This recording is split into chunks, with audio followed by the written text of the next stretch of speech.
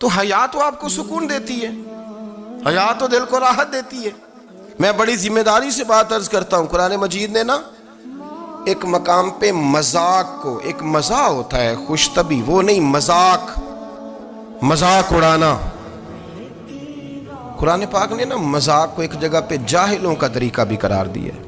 بنی اسرائیل کے لوگوں سے حضرت موسیٰ نے کہا کہ گائے ذبح کرو اور ایک ٹکڑا مقتول کو مارو، زندہ ہو کے خود بتا دے گا مجھے کس بندے نے قتل کیا۔ تو کہنے لگے آپ ہمارے ساتھ مذاق کر رہے ہیں۔ تو قرآن مجید کہتا ہے کہ حضرت سیدنا موسیٰ علیہ السلام فرمانے لگے اعوذ باللہ ان اکون من الجاہلین، فرمانے لگے میں اللہ کی پناہ مانگتا ہوں کہ میں جاہلوں میں سے ہو جاؤں۔ یہ مذاق کرنا تو جاہلوں کا طریقہ ہے۔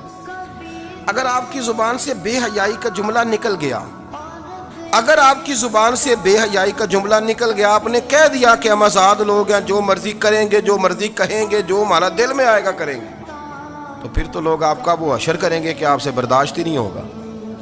جس کا لوگ مذاق بنا لیتے ہیں اور جو مذاق بن جاتا ہے پھر اسے کچھ جینے دیتا ہے۔ آپ حیا کی چادر میں چھپیں گے تو بچیں گے۔ اگر آپ نے اپنا مذاق بنوا لیا یہ کہہ کے کہ میں نے مرضی کرنی ہے، پھر یاد رکھنا چھپنے کو جگہ نہیں ملے گی، پھر تکلیف میں آ جائیں، پھر بہت بڑی اذیت کا شکار ہو جائیں۔ شرم و حیا، عرب کے اندر جو کنواری لڑکیاں تھیں ان میں بڑی حیا ہوتی تھی۔ الحمدللہ میں بڑے فخر سے کہتا ہوں کہ میرے پنجاب کی، میرے پاکستان کی بیٹیاں بھی 20 دفعہ ان کا ابا کہے تیری شادی کرنی ہے تو وہ آنکھ نہیں اٹھا پاتی آج بھی۔ یہ تو وہ چند لوگ ہیں جو کہتے ہیں ہم ہائی کلاس ہو گئے، ہمیں نہیں پتا کہ وہ روشن خیال ہو گئے ہیں کہ روغن خیال ہو گئے، پتہ نہیں کدھر چلے گئے۔ ورنہ ہماری بیٹیاں آج بھی جب ان سے ان کا باپ، ان کی ماں بات کرتی ہے تیری شادی کی، تو وہ تو شرم کے ساتھ پچھلے سے پچھلے کمرے میں چھپتی ہیں۔ یہ اللہ نے فضل کیا ہوا ہے اس ملت پر۔ تو عرب کی لڑکی بڑی حیا والی ہوتی تھی، اس سے کوئی بات کرنی پڑتی تھی تو 20 دفعہ بات کی جاتی، پھر بھی وہ عورت چھپتی پھرتی تھی۔ حضرت عائشہ صدیقہ رضی اللہ تعالیٰ عنہ فرمانے لگیں میرے نبی پاک صلی اللہ علیہ وسلم عرب کی کنواری لڑکیوں سے بھی زیادہ حیا کرنے والے۔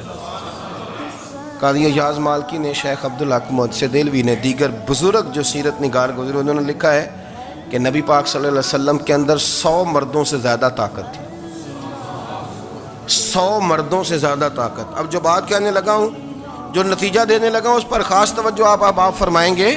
ذرا فکری طور پر، نظریاتی طور پر ایک چیز کو سمجھیے۔ ہم سمجھتے ہیں کہ جوان لڑکا ہے جی جو مرضی کرے، عمر ہے جی۔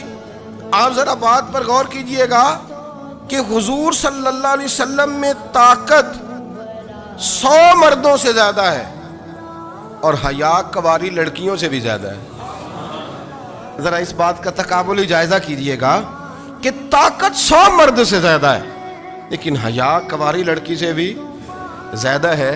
اس کا معنی یہ ہوا کہ جس ٹہنی کو پھل زیادہ لگ جاتے ہیں وہ جھکا کرتی۔ تو حیا تو حسن ہے، حیا تو آپ کو پاک صاف کرے گا، حیا تو آپ کو نرالا کرے گا، انوکھا کرے گا۔ وہ ہمارے ایک دانشور ہے، انہوں نے مضمون لکھا، کئی باتیں بڑی پسند آتی ہیں۔ وہ کہتے ہیں کہ میری اہلیہ، ان کو بھی کسی نے نا مس گائیڈ کر دیا تھا، حالانکہ اچھی خاتون ہے، کسی نے مس گائیڈ کر دیا، تو وہ بھی سماجی اور ویلفیئر اور یہ خواتین کو شوق ہوتا نا بننے کا، تو وہ بھی سماج کے اندر اچھا مقام تلاش کرنے کے موڈ میں آ گئی۔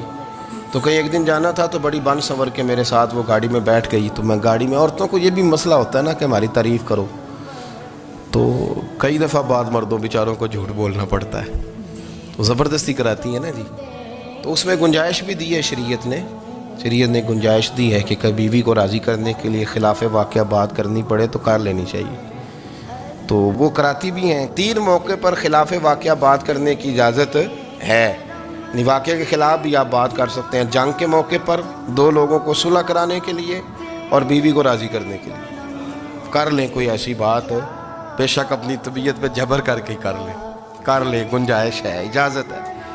تو وہ کہتے ہیں جب وہ گاڑی میں میرے ساتھ بیٹھی بن سنور کے، تو وہ تقاضا کرنے لگی کہ میں نے بڑے اچھے کپڑے پہنے ہیں پر آپ نے توجہ نہیں کرائی۔ وہ سیاںا بندہ تھا، وہ چاہ رہا تھا کہ میری خاتون سمجھ جائے۔ وہ کہتے ہیں مجھے پتہ تھا کہ بیچاری مس گائیڈ ہو گئی ہے، دل کی بڑی اچھی ہے، سیاਣੀ ہے، لیکن اس کو نا کچھ خواتین نے، کچھ لوگوں نے مل کے اس کو ذہن غلط کر دیا ہے کہ سماج میں نکلو، باہر جاؤ، کام کرو، فلاں کرو، اپنی مرضی سے جیو۔ تو میرے ساتھ گاڑی میں بیٹھی کہیں جانے کے لیے، تو مجھ سے کہنے لگی کہ آپ نے میری طرف توجہ ہی نہیں کی، آپ نے کوئی ذکر ہی نہیں کیا کہ میں کیسی لگ رہی ہوں۔ تو وہ کہتے ہیں میں نے اسے کہا کہ اگر تو ناراض نہ ہو تو پھر میں صحیح والی تعریف کر دوں۔ تو اس نے کہا کہ آپ کر دیں۔ تو کہتے ہیں میں نے درد سے اور خلوص سے اپنی بیوی سے کہا، خلوص کے ساتھ میں نے کہا میں تو روز گھر ہوتا ہوں، روز شام کو گھر ہوتا ہوں، اگر تو میرے لیے تیار ہوتی تو میں تیری تعریف کرتا، لیکن آج تو باہر جانے کے لیے تیار ہوئی، تو پھر ان سے تعریف کی امید رکھ جن کے لیے تو نے تیاری کی ہے۔ میرے لیے تیاری کرتی تو میں تو ہر شام تیرے پاس ہوتا ہوں۔ کہتے وہ میرے لفظوں میں درد تھا تو وہ بھی رو پڑی، اور کہنے لگی آپ گاڑی روک دیں، مجھے باہر جا کے کسی کو راضی نہیں کرنا، میں نے اسے راضی کرنا ہے جس کو رب کریم نے میرا شوہر بنایا اور میرے لیے منتخب کیا ہے، میرے ماں باپ کو۔ میں واپس لوٹتی ہوں۔ یہ ایک پہلو ہے سلگتا ہوا، اس کو سمجھا جائے۔ رسول کریم صلی اللہ علیہ وسلم عرب کی کواری لڑکیوں سے زیادہ حیا والے تھے، کواری لڑکیوں سے زیادہ حضور حیا فرمایا کرتے تھے۔ جب خانہ کعبہ کی مکہ شریف میں تعمیر ہو رہی تھی نا، اہل عرب اس کو تعمیر کر رہے تھے، تو نبی پاک صلی اللہ علیہ وسلم اپنے چچا حضرت عباس کے ساتھ خانہ کعبہ کی تعریف میں مصروف تھے۔ تو عرب کے لوگ چونکہ لمبا کرتا پہنتے تھے پیروں تک، تو نیچے اگر کسی وقت کوئی چیز نہیں بھی ہوتی تھی تو کسی کو وہ نظر نہیں آتی تھی، چونکہ پردہ رہتا تھا، لمبا کرتا پہنا ہوا ہوتا تھا۔ تو جب بچے، سرکار کی عمر مبارک بھی ابھی تھوڑی تھی، تو اس طرح بچے جب نکلتے تو وہ کئی دفعہ اپنی تہمت اتار دیتے نیچے سے، اور کوئی مزدوری کرنے لگتے تو 3-4 طے کر کے نا تہمت کی کندھے پہ رکھ لیتے، جس طرح کبھی دیہاتوں میں لوگ کپڑا سر پہ رکھتے تھے کہ اوپر اگر کوئی وزنی چیز رکھیں گے تو وہ تکلیف نہیں دے گی۔ نبی پاک صلی اللہ علیہ وسلم بھی سب لوگوں کے ساتھ خانہ کعبہ کی تعمیر میں شامل تھے۔ تو حضرت عباس رضی اللہ تعالیٰ عنہ نے کہا حضور سے، ابھی اعلان نبوت بھی نہیں فرمایا تھا، بھتیجے آپ بھی تہمت اتاریے، یہ صحیح مسلم میں حدیث موجود، اور اس کو کندھے پہ رکھ لیجیے، آپ اینٹیں اٹھا کے لا رہے ہیں تو ذرا آپ کو تکلیف نہیں ہوگی۔ تو سرکار دو عالم صلی اللہ علیہ وسلم سے یہ بات کہی، اور پھر جلدی سے حضور کی تہمت کو نکال کے نا، حالانکہ لمبا کرتا پہنا ہوا ہے، تو وہ جیسے ہی ان کے کندھے پہ رکھا اینٹیں رکھنے کے لیے، تو سرکار تو زمین پہ گر گئے، بے ہوش ہو گئے، آنکھیں آسمان کی طرف، اور پھر حضور پکار رہے ہیں آزاری آزاری آزاری، میرا تہمت دے دو، میرا تہمت دے دو۔ کبھی کوئی شخص اس وجہ سے بھی بے ہوش ہوا ہے کہ میرے وجود سے کپڑا اتر گیا ہے؟ حالانکہ سرکار پر وہ بے ہوشی بھی نبی پاک کا وہ جو غلبہ ہے نا شرم و حیا کا، اس کی وجہ سے ہو، ورنہ تو حضور فرماتے ہیں کہ میری آنکھیں سو جاتی ہیں، دل تو میرا اس عالم میں بھی جاگتا رہتا ہے۔ تو سرکار زمین پہ تشریف لے آئے، آنکھیں میرا تہمت دے دو، میرا تہمت دے دو، تو جلدی سے انہوں نے تہمت دیا، تو حضور نے باندھ لیا۔ پھر طبیعت مبارک میں تسلی ہوئی، یعنی ہم اس رسول کے غلام ہیں کہ جن کے تو وجود سے کپڑا اتر جائے تو حضور برداشت نہیں کرتے، قبول نہیں فرماتے، تکلیف شروع ہو جاتی۔ لیکن یہاں نوجوان ہیں اور بڑا قد کاٹ ہے اور بڑے بڑے سمجھدار لوگ ہیں، گرمی آتی ہیں تو شارٹ کپڑے پہن کے گھومتے ہیں، ان کو خیال نہیں کہ یہ وہ والا لباس ہے جو باہر تو کیا گھر میں اماں کے سامنے نہیں پہننا چاہیے، بہنوں اور بیٹیوں کے سامنے نہیں پہننا چاہیے۔ آپ کی گفتگو میں شرم و حیا ہو، آپ کے لب و لہجے کے اندر حسن ہو۔ آپ کو پتہ ہے نبی پاک صلی اللہ علیہ وسلم نے فرمایا میری امت میں سب سے زیادہ حیا کرنے والے عثمان غنی ہیں، عثمان غنی سب سے زیادہ حیا کرنے والے۔ آپ فرمایا کرتے تھے جب سے حضور کا چہرہ دیکھا ہے میں نے کبھی اپنی شرمگاہ بھی نہیں دیکھی، میں نے آنکھوں کا وضو نہیں توڑا، اور جب سے حضور کے دست مبارک میں نے بیعت کے لیے سیدھا ہاتھ بڑھایا تو پھر سیدھا ہاتھ میں نے کبھی گندگی کو نہیں لگایا۔ حیات، آپ باتھ روم کے اندر بھی غسل فرماتے تھے تو کپڑوں سمیت کرتے تھے۔ کسی نے کہا حضرت جی واش روم کے اندر کیوں نہیں کپڑے اتارتے؟ آپ فرمانے لگے باہر بندوں سے حیا کرتا ہوں، اندر جاتا ہوں تو رب سے حیا آنی شروع ہو جاتی، وہ تو دیکھ رہا ہے نا۔ تو میں جو بات آپ کی خدمت میں عرض کرنا چاہتا ہوں اس کو آپ سمجھیے گا میرے عزیز، کہ شرم والا مزاج، گفتگو بھی شرم والی، آنکھیں بھی شرم والی، لباس بھی شرم والا، دوستی یاری بھی شرم والی، بہت ساری ایسی باتیں۔ دیکھیں نا آپ ذرا، میں نے کہا کہ باتوں کو سن کے گزر نہ جایا کریں، اس کی گہرائی پر غور کریں۔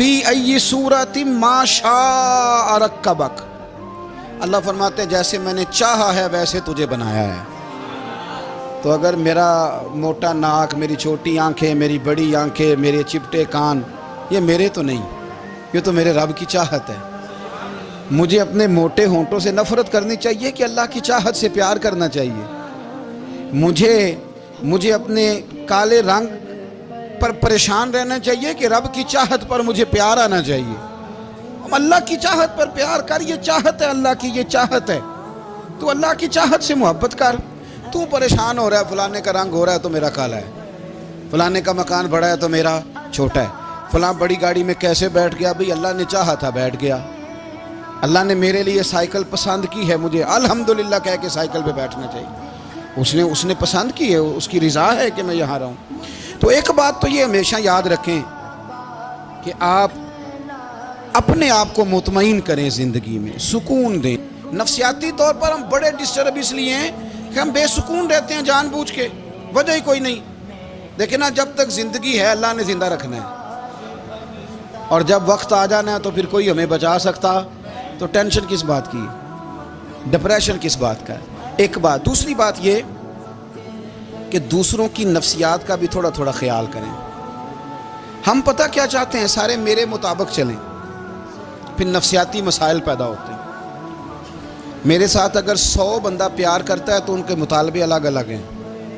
کوئی کہتا ہے جناب کو پیار ہی کرنا چاہیے، ہر ایک سے مسکرا کے ملنا چاہیے، کوئی کہتا ہے حضرت صاحب اتنا بھی پیار کریں تو لوگ نگل جاتے ہیں، تھوڑی ڈنڈی پٹی بھی ہونی چاہیے۔ دونوں قسم کے لوگ ہیں نا جی۔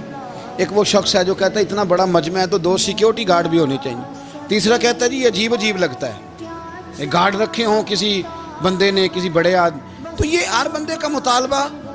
اب آپ نے کیا کرنا ہے؟ آپ نے لوگوں کے مزاج کی رعایت کرنی ہے، جہاں تک آپ پیار کر سکیں آپ نے کرنا ہے، جہاں تک محبت کر سکیں آپ نے محبت۔ نبی پاک نا بچوں کے مزاج کا خیال کرتے، چھوٹے بچوں، حضور پاک سے گزرتے تو فرماتے السلام علیکم۔ ایک بچے نے نا حضور کے کپڑوں پر پیشاب کر دیا تھا، اس کی ماں پریشان ہو گئی، بخاری ہے۔ یا رسول اللہ وہ بچہ تھا پتہ نہیں چلا، تو نبی پاک فرمانے لگے کیا ہو گیا؟ وہ بچہ ہے، اللہ نے پانی پیدا کیا نا، ابھی اس پہ پانی بہائیں گے سب ٹھیک ہو جائے گا۔ وہ بچہ ہے، لیکن حاجی صاحب گھر میں بگڑ جاتے ہیں، پوتا اگر پیشاب کرتے کہتے ہیں میں نماز پڑھنی ہوں، وہ بگڑ جاتے ہیں۔ پیر صاحب بگڑ جاتے ہیں اس بات پہ، علامہ صاحب بگڑ جاتے ہیں، سیٹھ صاحب کہتے ہیں پتہ ہی نہیں بچے نے پیشاب کر دیا ہے۔ حضور نے فرمایا کہ بچہ بچہ ہوتا ہے، وہ چھوٹا ہے، اس کا ایک مزاج ہے، اس کا ایک مطالبہ ہے۔ اب آپ یہ کہیں کہ وہ بڑا مجھے پاک صاف سمجھتا ہے تو اس رویے سے میرے ساتھ وہ ملاقات کرے، آپ اس کے مزاج کی رعایت کریں گے۔ نبی کریم کے غلام کے بیٹے ہیں حضرت اسامہ بن زید، نواسوں کی بات نہیں سنا رہا، زید بن حارثہ حضور کے غلام تھے، ان کے بیٹے ہیں، چھوٹی عمر تھی، ناک بہ رہا تھا۔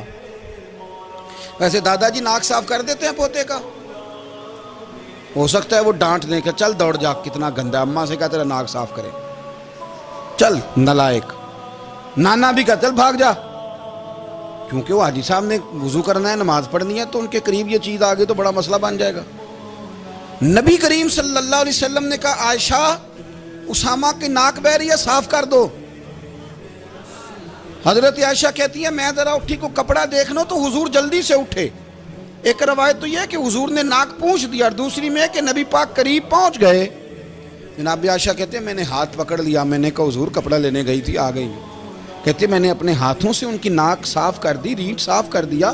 اللہ کے رسول گویا میری طرف دیکھ کے مسکرائے، حضور راضی ہوئے۔ بچے تو بچے ہوتے ہیں، بچے تو بچے ہوتے ہیں۔ اب آپ کو بچہ حاجی صاحب مانے، پہلے نمازی صاحب مانے، آپ کو پہلے بچہ جو ہے وہ بڑا سیاںہ مانے، سمجھدار مانے، عقل مند مانے، پیر صاحب مانے، چھوٹا بچہ تو وہ نہیں مان سکتا۔ اور کچھ لوگ ایک بڑا زبردست فلسفہ بھی ہم نے بیان کرتے ہوئے دیکھے، وہ کہتے ہیں جی میں چونکہ بندہ کھرا ہوں لہذا میں تلخ ہوں، میں سچ بولتا ہوں اس لیے لوگوں کو کڑوا لگتا ہوں۔ تو میں نے کہا جناب سچ نہیں کڑوا، آپ کا رویہ ہی کڑوا ہے۔ سب سے زیادہ سچ رسول رحمت نے بولا ہے، پر اتنا میٹھا کر کے بولا ہے کہ لوگوں کی روحوں تک اتر گیا ہے۔ آپ کا انداز ٹھیک نہیں ہے اور آپ ایک نیا فلسفہ گھڑ رہے ہیں، لب و لہجے میں حسن ہو، خوبصورتی ہو، تکلیفیں آئی جاتی. حضور علیہ السلام نہ گزر رہے ہیں، یہ صحیح بخاری میں حدیث ہے. سرخ دھاری دار چادر محبوب پاک نے نا مقدس کندھے پہ رکھی ہوئی. حضرت انس بن مالک رضی اللہ تعالیٰ عنہ حدیث کے راوی، وہ فرماتے ہیں کہ حضور گزر رہے تھے تو پیچھے سے ایک بدو آیا، تو اس شخص نے نا پیچھے سے پکڑ کے چادر مبارک کو کھینچا. تو فرماتے ہیں میں نے خود دیکھا حضور کی مقدس اور نازک گردن پر نشان پڑ گیا. تکلیف دی اس نے. فرماتے ہیں یوں پلٹ کے محبوب نے پیچھے دیکھا نا تو کہنے لگا یا رسول اللہ میں کچھ مانگنے آیا تھا. دروازہ جو ہمارا زور سے کھٹکھٹائے اس فقیر کو خیرات نہیں ملتی. کہتے جا دوڑ جا، تو کوئی قرض لینے آیا؟ چادر مبارک کو پکڑ کے کھینچا، مقدس گردن مبارک پر نشان پڑ گیا. محبوب نے پلٹ کے دیکھا اور جب کہا نا میں کچھ مانگنے آیا تھا، تو یہ ہے وہ مقام جو سمجھنے والا ہے. اس تلخی پیدا کرنے والے ماحول میں بھی جب میرے کریم نے پلٹ کے دیکھا تو رسول رحمت نے مسکرانا شروع کر دیا، اور جس کی تسکین سے روتے ہوئے ہنس پڑے اس تبسم کی عادت پہ لاکھوں سلام. حضور مسکرائے. اور ایک روایت میں یوں ہے کہ محبوب نے فرمایا یہ جو دو پہاڑیوں کے گرد بکریوں کا ریوڑ کھڑا سارا اسے دے دو. تو تلخی لوگ کریں گے ہی. آپ کو بڑے سارے لوگ ملیں گے جو مزاج کے اندر تلخی پیدا کریں گے. ہم نے لوگوں کو دیکھا ہے وہ کرتے ہیں. 95% اور 99% پیار کرنے والے بھی ملتے ہیں. اگر کوئی ایک آدھ صرف تلخی کرنے والا مل جائے تو وہ تو ویسے بھی ہونا چاہیے، نہیں تو نظر ہی لگ جاتی ہے. تو آپ کو تھوڑا تھوڑا چیزوں کو سمجھنا چاہیے. لیکن ہر بات میں ناراض ہو جانا، ہر بات میں پریشان ہو جانا، ہر بات میں الجھ جانا، ہر وقت ناراض رہنا. حضرت خواجہ نظام الدین صاحب محبوب الہی رحمت اللہ علیہ کی خدمت میں آپ کا ایک مرید آیا کہ حضرت آپ ہمیں ہمیشہ معاف کرنے کا سبق دیتے ہیں، آپ ہمیشہ درگزر کی بات کرتے ہیں اور لوگ بڑی تکلیف دینے لگے. حضور آج کے بعد جس نے ہمارے رستے میں کانٹے بچھائے نا، ہم بھی اس کے رستے میں کانٹے بچھائے. تو حضرت سلطان المشائخ فرمانے لگے آدھے رستے میں اس نے کانٹے بچھا دیے اور باقی آدھے رستے میں آپ نے بچھا دیے تو ساری سڑک تو کانٹوں سے بھر جائے گی. یہ تو راہگیروں کے بھی پیر زخمی ہو گئے. وہ چپ کر گیا.